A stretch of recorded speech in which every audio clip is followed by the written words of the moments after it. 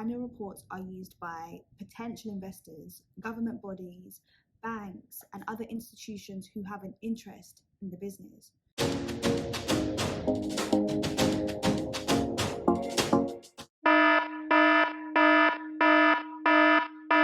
I will share with you all that this is my opinion and mine only, not my previous employers, not my current employers, and if I ever have a future one, not my future employers, not my best friend, my sister, my uncle, or my cousin's opinions.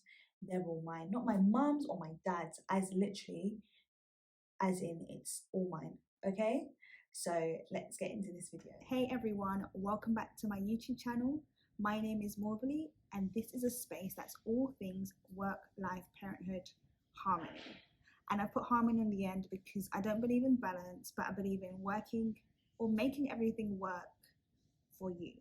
So harmony. So today we're going to look at how to level up your interview prep using the annual reports. If you're a regular, you already know your girl is a chartered accountant and an IT audit manager in the fintech space. So I'm very, very qualified and experienced with annual reports. Most people will hear annual reports and think accounting or finance jobs, which it is finance related, it is accounting related. However, anyone can use this to level up their interview prep. You'll be able to find out so much information about the company just by reading their annual reports. What is an annual report in the UK? The definition I have here is an annual report is prepared by a limited company at the end of its financial year to explain to the shareholders the company's performance over the year. So it's not just financial performance, it's the overall performance. And I know we've mentioned shareholders here, but the difference between shareholders and directors are responsible for the day-to-day operations of the business. Shareholders are the people who actually own the business.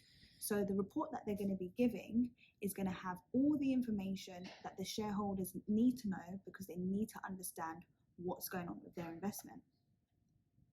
Annual reports are not just for shareholders though. Even though it says it's for shareholders, annual reports are used by potential investors, government bodies, banks, and other institutions who have an interest in the business. So someone like myself or you who's going for an interview, the best source of information to know what's happened in the past 12 months and the ambitions and the strategies that are coming up in the next 12 months is to have a look at the annual reports. So let us actually do a deep dive now, and I'm going to walk you through a set of annual reports and show you how, as finance, operations, marketing, and whatever department you are, how you can find gems on what's going on in a business using that annual reports. Not all companies are actually going to produce annual reports. Some of them only do it because of the legal requirement, they're seeking investment, or there are other interested parties that want to know what's going on. So I would say if they do not have any annual reports online, what you could do is literally just check out my two other videos, how to level up your interview prep using the About Us page and how to level up your interview prep using the press releases and social media, and that should be able to guide you on other things that you can look at. So I've chosen to look at BT PLC annual reports for 2021. And in my previous videos, I know we've looked at Canva for the About Us page and Canva for the press release pages, but I don't actually think they've released any annual reports. So I've just gone for a well-known company that definitely has annual reports. And actually, I know that this is information for investors and stakeholders, but typically organizations tend to use things like annual reports now as a press release event or activity. So this should be jam-packed with loads of things. As you can see, this already got 206 pages, which might be information overload for some people, but it has so much in there, you can find anything you need. So if we scroll down, we can see the little slogan, "We connect for good." Staying connected has never been more important, or has never been as important. And then when people connect, there are no limits to the good they can do, blah, blah, blah, blah, blah. Just goes into a lot of chat about what connecting good for good is and why they connect for good, basically. So they connect for good for their customers, and then we've got 3 different things that they offer their customers. The country, 3 different ways that they've connected the country. And I think, do you know what? What's been highlighted here, or why this is really important, is because we've just come through the pandemic where the whole country and the whole world was just shaken up and we needed to stay connected. So this is really good how BT's gone heavy on connecting customers, connecting the country, connecting the colleagues or their colleagues, and connecting for tomorrow. So you can see net zero, young scientists, so that's education and tech, and taking 5G to school, connecting young children for the future, which is great. And then if we go into here, the first page, which is the strategic report, we can see everything that this covers. Personally, I would dive straight into the message from the chairman, and that goes into telling you what the year they've experienced. So you can definitely say, for example, in your interview, in the previous 12 months, I've seen X, Y, and Z. How would you plan on making that better in the future? Here we've got things that they've pledged for their building their networks, the climate pledge and digital skills, the 10 million this year, 5 years ahead of our target. We hit our goal of reaching 10 million people with help of improving their digital skills. That's something you want to talk about, how that's impressive in the organization. If you're interested in social responsibility and the environment, we've got net zero. We've pledged to be the net zero business. We've pledged to be a net zero business by 2045, and we're working with our suppliers to help them reduce the carbon emissions. So that's something you can talk about in your interview. In terms of structural changes, you can see what's changed on the board. You can ask, how has that impacted the business line? Has it had an impact on the organization? With the new director here that joined in May 20, even though he's a non-independent and a non-exec director, has there been any change in the vision in the organization? Like just things like that to show that you've done some research about the organization. Here as well, from a operation standpoint, we have seen almost 5 years of consecutive improvement in our quarterly consumer satisfaction survey, and most recently, record net promoter scores for both BT and EE brands. So again, something from an operational perspective as to why you want to work there, that's very unique. If you go into the message from the executive assistant, the chief exec, you'll be able to see what's going on in the organization again. They've launched a range of new customer incentives to help people during the pandemic, including our digital skills and our inclusion campaigns, top tips for tech, and our lockdown learning support package, our free unlimited data offered for EE customers working in the NHS, the launch of our small business support scheme, and we provide high-speed fibre and Wi-Fi connectivity up to over 200 vaccination centres, connecting the mass testing centres and 17 temporary NHS hospitals in England, Scotland and Wales. So we can see everything that the organisation's done. What I do want to show you as well is there's a refreshed strategic direction. You might want to read into this section and then talk about it. The importance of their network, read that and talk about it. And then looking forward, you'll be able to see what their plans are for the next 12 months here. I know it does have some financial information here about EBITDA that might not be relevant to you. You might not understand it, but you'd be able to touch on the heavy investments in the future for the business, including the expansion and acceleration of our full fibre build plan. So there's so much here that you can get about the organization by just looking in this annual report. So strategic report area, we're 23 pages in, and we can see how BT will grow value for all of their stakeholders. So that's everybody. And what I would say is have a deep dive into this. So you can see for each section, there is the relevant pages where there's a bit more information. I think if you're building answers and answering why you want to work there and giving answering scenario-based questions, using your lessons learned technique, which I speak about in my previous videos.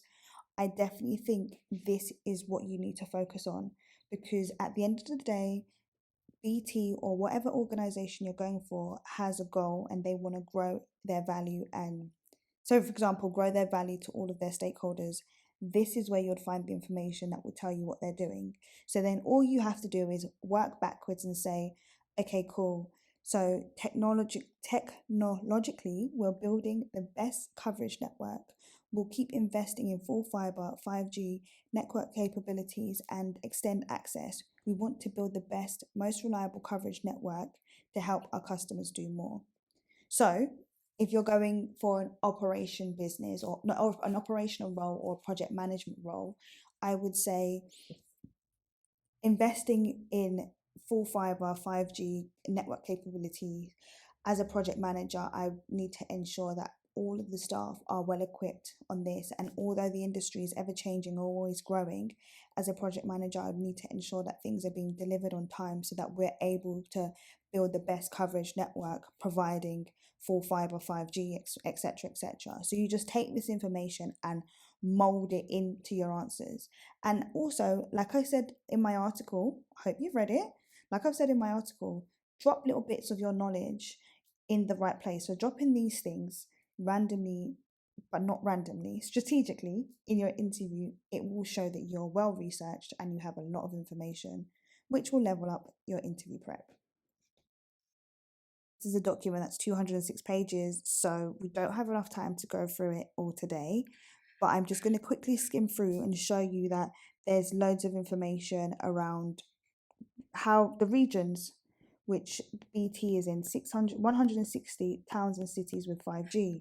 If you keep scrolling through, you'll be able to see things around the increase in IP voice connections during this time, 2020 and 2021, diversity and inclusion, skills development, building the strongest foundations continued.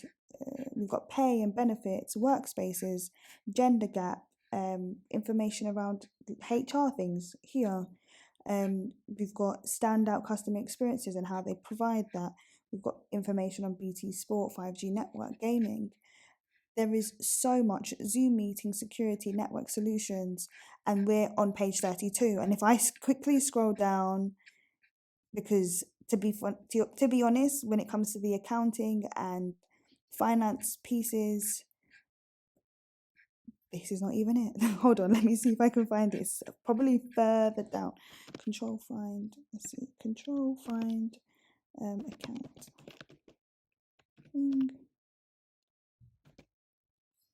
There's 114 things that say accounting.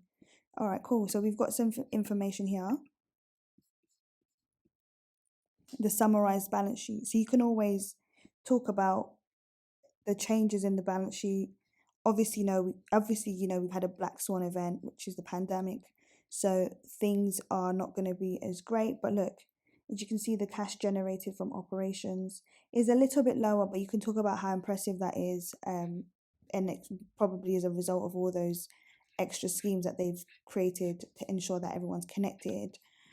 There's so much things here you can talk about when it comes to the finances, because it's all here. And it tells you, look, for example, mobile revenue declined primarily due to the lower roaming and out of bundle usage for rental mobile, offsetting a 4% increase in our retail customer base. So it explains to you why the numbers are the way they are. You take that information and you put that into your interview prep. Right. So how easy was that? How straightforward was that? There's tons of information and you've got one source and you've got the history and what's going on and the ambitions. It's so useful and so undervalued. But definitely use that as your first point of call when preparing for your interview. If you feel like you've gone through the annual reports and you can't find anything relating to your job or anything relevant, the first thing I would say is don't undermine what you know or what you've read. Simple key points are sometimes the thing that your interviewer is looking for, and interviewer is looking for, and it shows that you've done your research. If you've seen something like, I don't know, for example, you're going for a HR role and you see that the sales have 10x'd but you haven't seen enough information for you to have a solid question or answer around the HR operations, what you can say is, oh, I've seen that your sales have 10x'd. Does that mean you're going to be hiring extra headcount? That's a HR question, but you've used a business operation activity to come up with that. So then it shows you're able to like decipher data and apply sense, basically. But yeah, that's my video. Let me know what you think. Leave a comment, share, subscribe, and I will see you next time. Take care. Bye.